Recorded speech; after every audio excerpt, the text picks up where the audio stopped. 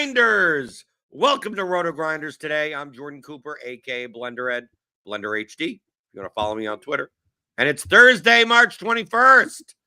We'll be looking at the 11-game NHL slate tonight. Hit that thumbs up button on your way in the door. You know how much I like the thummy thumbs. Hit the notification bell to know when we go live. Hit the subscribe button if you're new here. Hit everything. Hit all your bonuses and your boosts for the NCAA tournament. We got all your content for that also. Feel free to join as a combo premium member. You can get $250 off.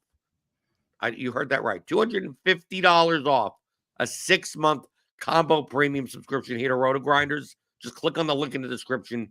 You get it right away. If you want to try us out for 3 days, $19.99.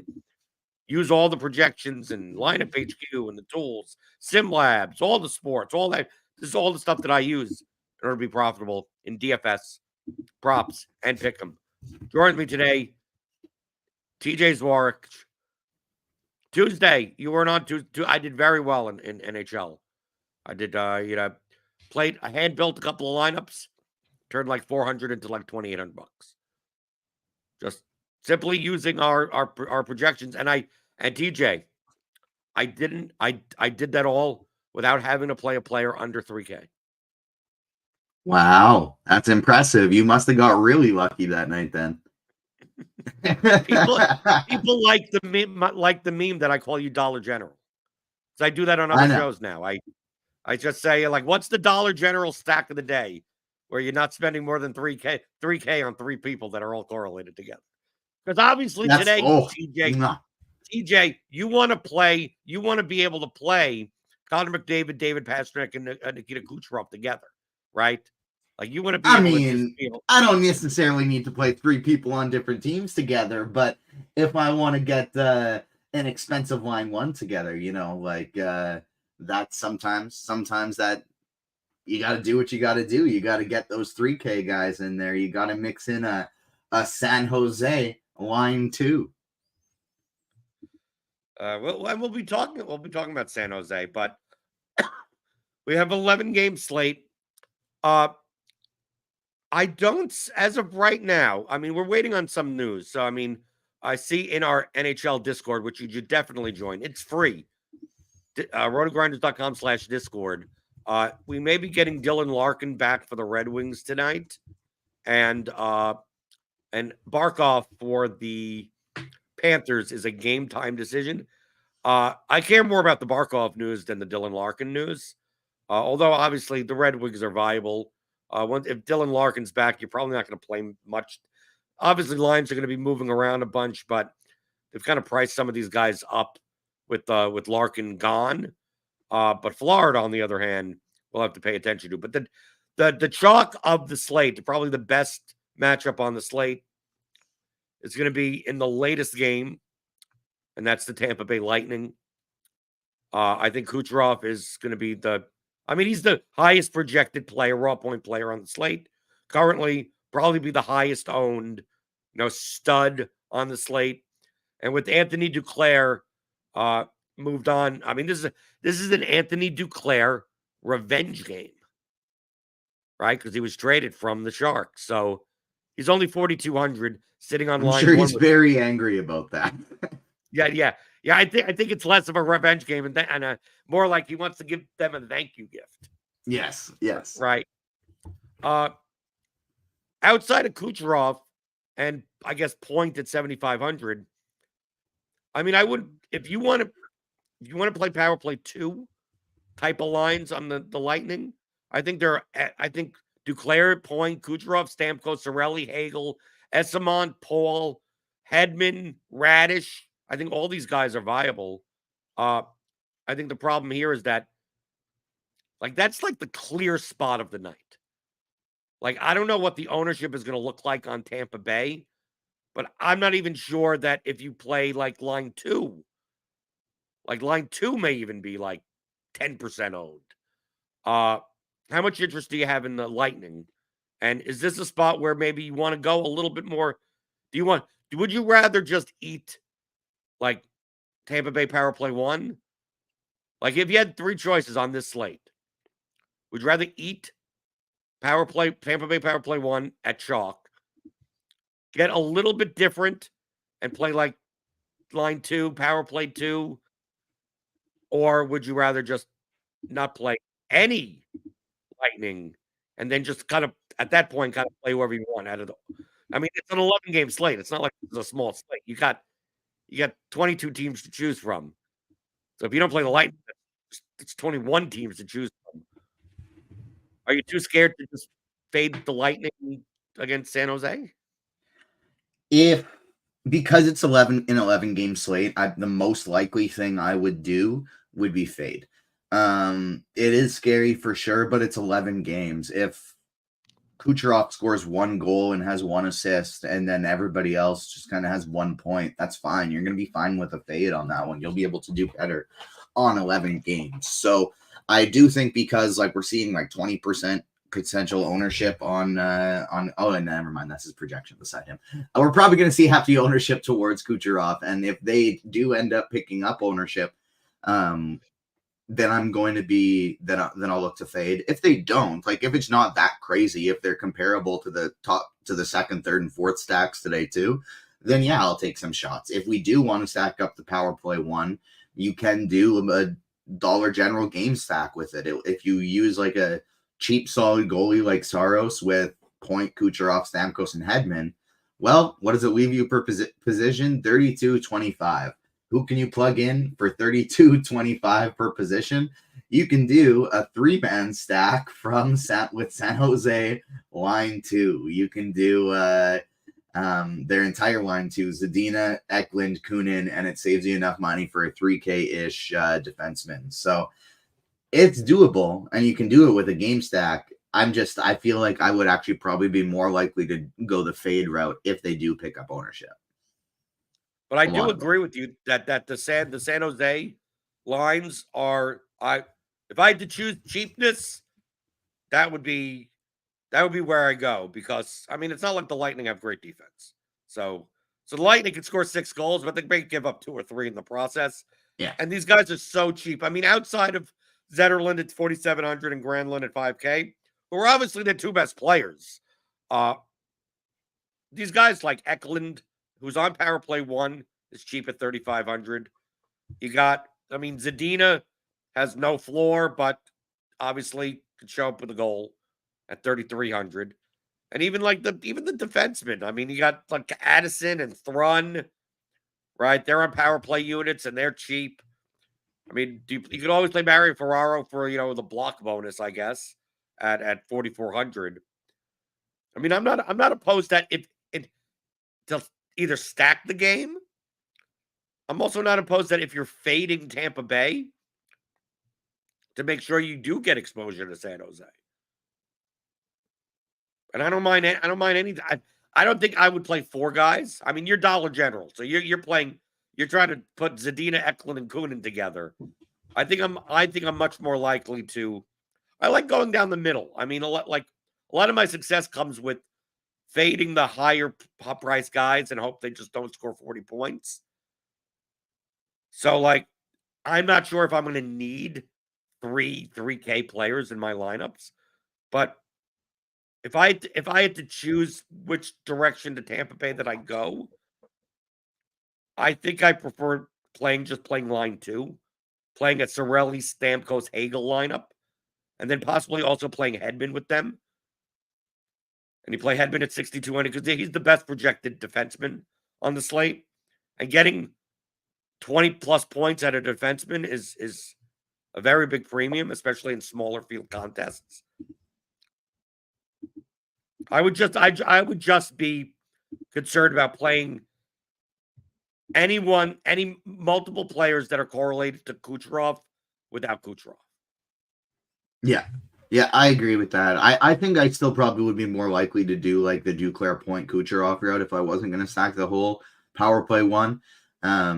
But there's 11 games. I do think we can just not play it. They're the projected top stack, but not like it's by all that much. I guess their average projection is a full point higher than anybody else. Right. It's more of a byproduct of price, TJ. I mean, other spots on here that are good from a ceiling perspective. I think I'll put 2 on the screen. I just want to make sure I'm not missing anyone. Obviously, you can play Edmonton almost any day.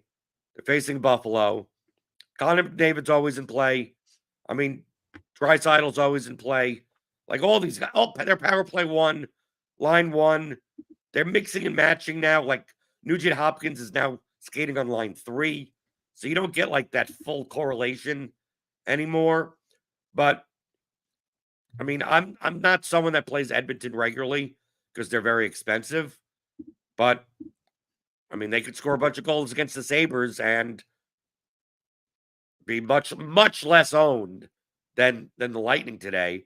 And the other team is a team that I rarely play. They typically don't project that well here at RotoGrinders in our projections, but today they do.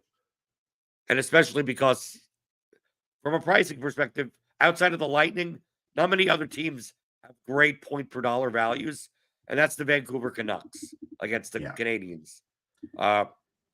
You play any of their power play unit against the Canadiens, I think that's pretty good. I mean, the standouts to me are Bozer, Pat Peterson, Lindholm, either 2 of their defenders, Hughes and Hronek.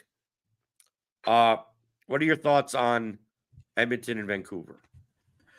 I would prefer that Elias Lindholm was on one of the top 2 lines, but this is my favorite team on the slate. This will be the one that I'm targeting the heaviest, not Tampa Bay. Unless they end up the by far heaviest owned team, which is possible. But the other thing that I like about this is I'm a lot more confident splitting up line 1 and line 2 with the Canucks than I am Tampa. I just don't really want to play Tampa without Kucherov, but I'm totally comfortable playing the Peterson, Hoglander, Garland line. You can pair him with Hronek. I would probably rather pair Hughes with the first line and Hronek with the second one, just because of that extra power play correlation. But either one is totally fine. You can mix in Lindholm in there too. They are my favorite team on the slate. Okay, so you like Vancouver? I thought you were talking about Edmonton. No, Vancouver. Right. And I don't think Vancouver's going to be nearly as owned and nowhere close to as owned as the Lightning. I think it's very clear that the Lightning is on a tier to themselves.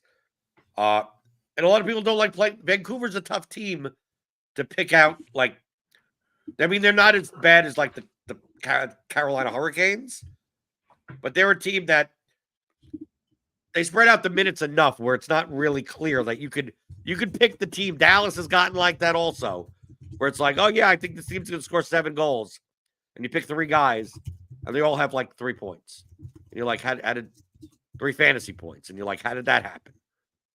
Well, because all the other guys scored.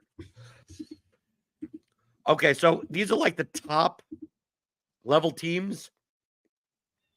If we're looking for a little bit more value, maybe not dollar general value, what other games and what other teams are you looking at? Because I don't think anyone else is going to be that significantly owned.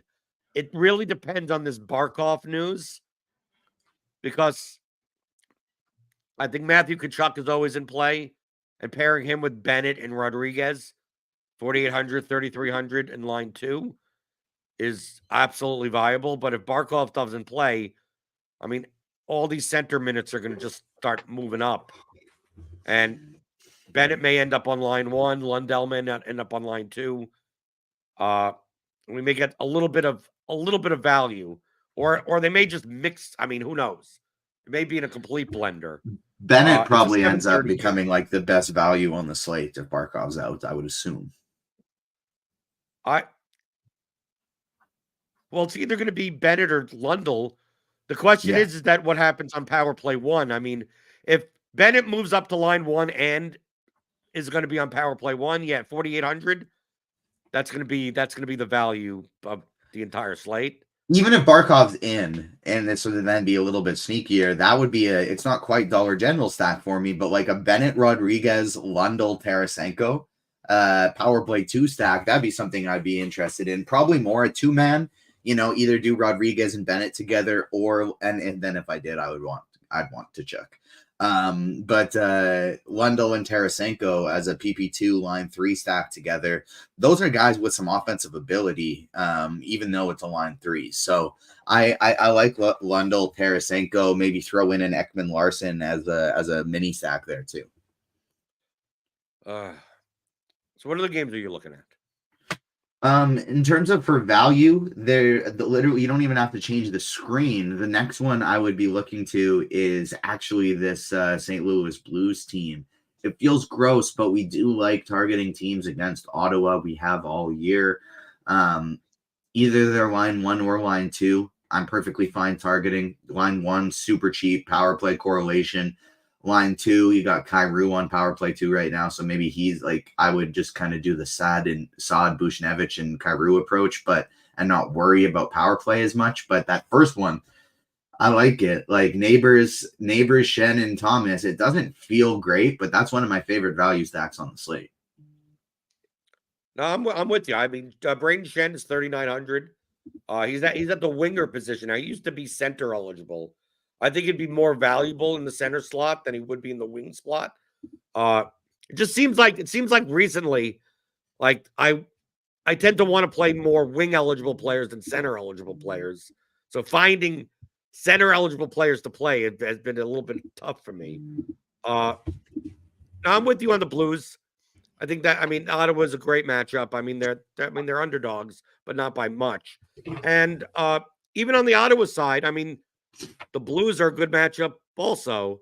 I think outside of Kucherov at 9,500, if you're going to spend up, I think Brady Tkachuk is in play at 7,300.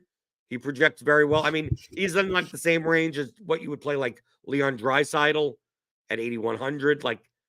And I'm much more likely, just looking at the projections of the rest of the Senators, I think I'm much more likely to play Brady Tkachuk as a one-off than try to figure out, what if it's going to be Chicharon or Sanderson or Shabbat or, I mean, I like playing their defenseman, but getting the right one.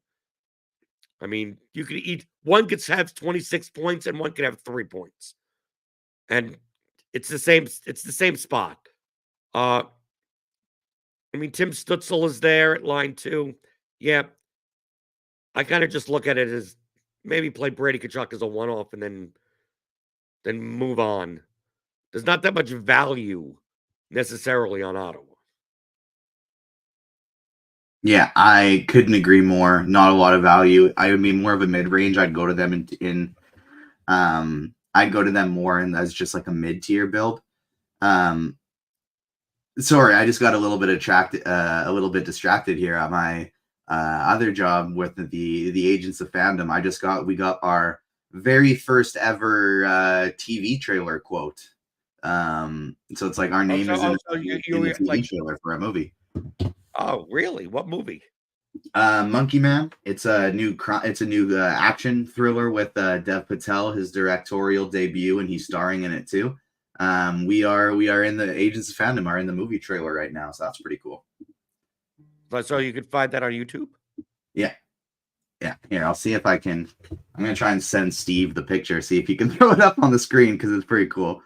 Yeah, wow, that was exciting for me. What were we on? I know I was talking about St. Louis before that, but I just got St. Louis and Ottawa, but I got a little distracted after that. No, I'm just looking at any other games we should be targeting. I think from a cheap, the types of games that sometimes I like targeting, I'm not necessarily sure about this game, but it fits the bill. The Blackhawks and the Ducks, like when two bad teams face each other, sometimes one team rolls over the other. Sometimes it ends up the other way where the game is only like 2-1 because no one could do anything. But I'm not sure how many people are playing this. I'm not sure how many people are playing like the mid-range players in this game. I don't know how many people would I stack this team up? Probably not. But playing a Kurashev at 4,800 or a Tyler Johnson at 4,400, playing a two-man like that, Foligno as a one-off. It has a lot of these 4K range players that if they get a goal and an assist, if they get a 5-shot bonus or something like that, like they've well done their job. And the Ducks have similar types of players: Killorn, Leo Carlson, Ryan Strome, right? Some of these guys. I mean, you got a Zellweger. It's $3,200 defenseman that's on power play 1. Yeah, I like that call. Both of these teams, I to me, think, this are. is all Dollar General. Maybe it's not Dollar General. Maybe it's more like Family Dollar. Maybe it's more like it's Walmart. it's a it's like little more of an upgrade. Like they're gonna roll back some prices and make you think it's cheap, but it's really just a new sticker with a different color with the same price that was on it before. Both of these teams are fine. If you need a cheap one-off, you need a cheap 2-man, it's a good place to go. Something like a Terry Carlson or the Toronto Strome. That's all good. You can, heck, I've used Silverberg as a one-off when I need a $2,500 player on multiple occasions. I'd like Chicago just a because little you're bit. going to Walmart, because TJ, just because you're going to Walmart doesn't mean you can't stop by Dollar General on your way home. Yeah, or maybe like there's a little clearance bin you can just grab something from while like the you're DVD there. bins. Jacob Yes, Silverberg I love physical media. In the age of streaming, things just get pulled off every so often, and they could be gone forever. So physical media is so important. You grab a Jakob Silverberg from the DVD bin at min price. There's nothing wrong with that. I don't think I would do, Donato Radish mini stack, 2 sub 3K guys who project not that terrible. I don't think I'd go there, but if I was playing a ton of lineups, I've done crazier things before. The next team I think I would want to go to for like a GPP shot would actually be the Devils. We got full power play 1 correlation with their line 1. It's not a great spot against the Jets, but no Hellebuck. Brosseau is starting, are expected to start, and so Meyer Bratt is something I wouldn't mind. And then obviously, because we know we don't really ever care about playing Luke Hughes, he doesn't ever do much anyways. If you want to bump it to a 4-man, you can do Hughes too. Meyer Bratt sounds like some type of law firm. It does. It really does. Right. They moved their lines around a little bit because I played the Devils on Tuesday, and 1% owned Dawson Mercer with 20 plus points. Definitely helps you out when you add him to the. He was supposed to be on power play 1, and he wasn't, and then scored 2 goals on line 3. So I'll take the run. I'll take the run good there. I don't mind from a mid range, like 3-6K players like the Devils are there. I mean, even the Islanders against Detroit. Okay, I mean these are like mid range, like 3 decent players that are 5 or 6K together. And if that line just scores 2 or 3 goals, you're great. Like, you're done. That's all you need. Similar teams to that are like the Flyers against the Hurricanes, although I'm not a big fan of targeting teams against Carolina. And even Hurricanes against Flyers too. Yeah, but good luck to picking out what's going to happen. With the they got their line 1's fully correlated right now. Yeah, but it's still the line 1 still only plays. I mean, they spread it out so much. Yeah. Right. Do I really want to pay $7,400 and $7,500 for Aho and Console? I hear you. The next team I actually do want to point out, though, because I like them either as a mid-range stack similar to New Jersey, or as a complete value stack is the Islanders. James Reimer, not a very good goalie. Sometimes he's very hit or miss. Sometimes he's lights out, and then other times he's just absolutely pathetic. And so a Horvat, Palmieri, and Nelson stack, all under 7K, all first line, all power play 1 correlation, and I don't even think you need to include Bartzel on this one. Just a Pajot and Anders Lee mini stack is a nice way to save salary too. You can pair also that together with Ryan Pulock and get a power play 2. Mike Riley down there. Sure. I mean, it really all depends on what you're playing at the top. Because if we take a look at lineup HQ, outside of playing, let's get rid of the goalkeepers. I mean, really, outside of playing Kucherov, You got Pasternak and McDavid. Obviously, they both have ceilings. Oh, they don't project all that well today in comparison to most days. Like, there's a big drop there. Like, obviously, Forsberg, Jack Hughes, Jack Eichel, like, these guys have ceilings, but their medians aren't all that great for 8,500, right? Panarin is overpriced. Hyman is overpriced. I mean, you got Josie there. I mean, like, there's a lot of these, like, 13, 14-ish point projected guys that, like, you could find for, like, 1,000 cheaper on other players. Like, once you start getting down to, like, Brady Tkachuk, Matthew Tkachuk, right? Like, Peterson, like, this is more in the range of where you're spending. That, like, from a roster construction perspective, like, outside of playing Kucherov, I'm not sure how much dollar generaling you're going to have to really do.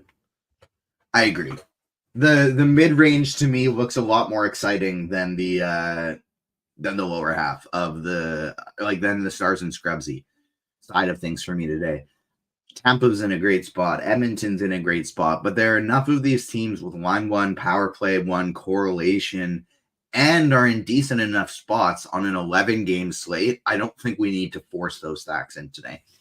If I was running 5 lineups, I probably would try one of them on like a Tampa San Jose game stack just because it fits so perfectly, and Tampa is that number one stack. San Jose is the number one value stack according to projections.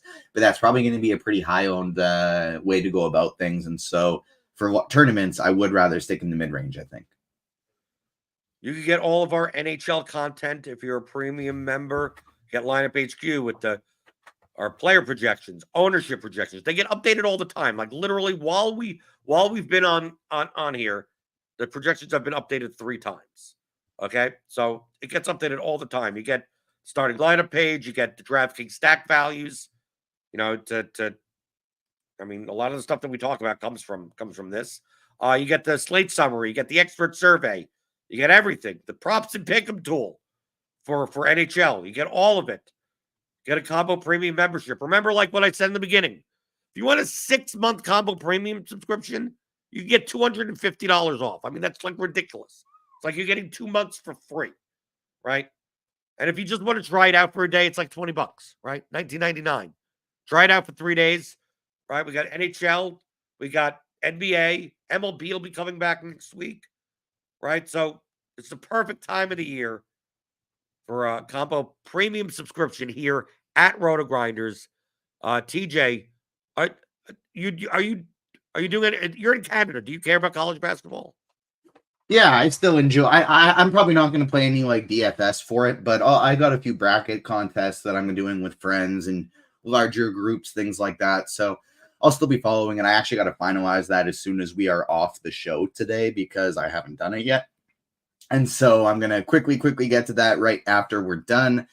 And then I'll have an NBA prize picks article coming later today as well. And I will also, be on NBA Crunch Time later today. And I believe Steve has the pull quote ready for us. For him. He's able to throw it up. Bang! Isn't that beautiful? A brutally brilliant and brilliant directorial debut for Dev Patel. There it is. Agents of Fandom, first time on TV. That's pretty cool. So what, they just pulled that out of a review? You just did a review and they just pulled that out and yeah, they did a review, and then so they asked us a while ago if we could if they could use the review for marketing material. We said yes. And it's like it's only premiered at South by Southwest Film Festival so far. It's not like in theaters yet, so we got a nice early one. Well, congratulations. I mean, I'm assuming you're in that industry. That's a big deal to get a that's a cool one. Those quotes are like from Variety and Hollywood. Exactly. Not like a smaller like fan site type of thing. So it's we're making it into the big leagues. We're slowly crawling up there. It's exciting. You could catch TJ again later today. Grinders Live NBA later tonight, followed by Crunch Time. So hit that subscribe button, hit that notification bell to know when we go live. Tomorrow I'll have Skull Patrol on. We're talking about the MMA slate, UFC, the fight night slate, which pretty open. It's a pretty open slate. You're going to want to play it. So tune in tomorrow for that. You got college basketball like all day today, all day tomorrow. We got all of your DFS content for that. We got all of your betting content for that. We got if you're just binging the March Madness college basketball tournament, we got you covered here at RotoGrinders. So you can join us in the Discord. We got college basketball channel there as well. I gotta go and make sure I claim all these bonuses and stuff the first day of the NCAA tournament. Steve before the show remind me of that. So I'm gonna take care of that before noon. The first game starts at noon or noon, 12:15, 12:30. 12:15. Right, Eastern. 1:15 Eastern. 1:50. Okay, so I got a little bit of 10:15 Pacific is when it starts. Okay, 12:15 Eastern. Okay. Oh, that's what they're telling me. Okay. Okay. So I saw 10:15 Pacific. Maybe that was like Central. I don't know. Who knows? Maybe it converted it to my time for me. I don't even know what time zone you're in. Are you 2 hours different from Eastern? Yeah. So that's like Saskatchewan never changes. And so I have to adjust my schedule to the change the rest of the world does. So right now I'm 1 hour after Pacific, 2 hours before Eastern. Okay. Eastern time is just a normal time to me. Just whatever. Eastern. Everyone should go by Eastern time. Okie doke. Hit that thumbs up button on your way out the door. I'll see you tomorrow talking about all things you're thinking about in daily fantasy, props, and pick 'em on RotoGrinders Today.